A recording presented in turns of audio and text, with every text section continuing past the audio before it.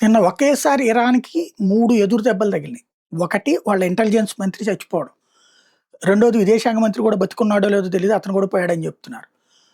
రెండో పాయింట్ ఏంటయ్యంటే ఇరాన్‌కి సంబంధించినటువంటి అణుక్షేత్రం మీదన, గ్యాస్ క్షేత్రం మీదన విరుచుకుపడింది ఇజ్రాయెల్.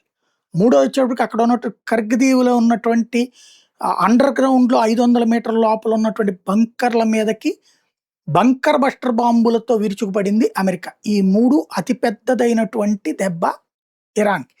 దానికి ప్రతీకారం తీర్చుకోవడానికని ఏకకాలంలో 9 దేశాల మీద దాడులకు దిగింది ఇరాన్.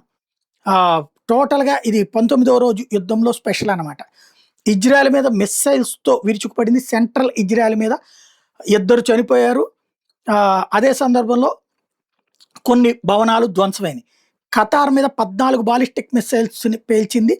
రస్ లఫాన్ ఎనర్జీ హబ్‌ని ధ్వంసం చేసే ప్రయత్నం చేసింది. పెద్ద డ్యామేజే జరిగిందని ఖతార్ కూడా ఒప్పుకుంది. దుబాయ్ మీద 6 బాలిస్టిక్ మిస్సైల్స్ వాడింది. 21 అటాక్ డ్రోన్స్‌ను వాడింది.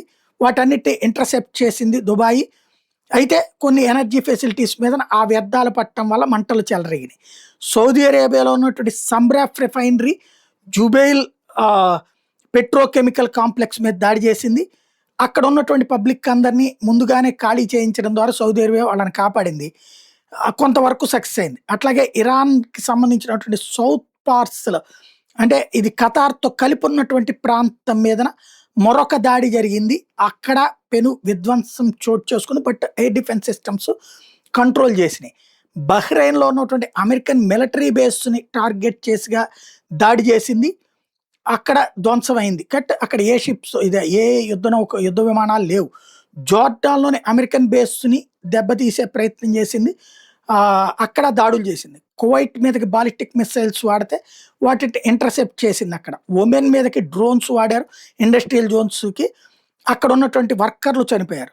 టోటల్‌గా 9 దేశాల మీద ఒక్కసారిగా దాడులకు పాల్పడింది.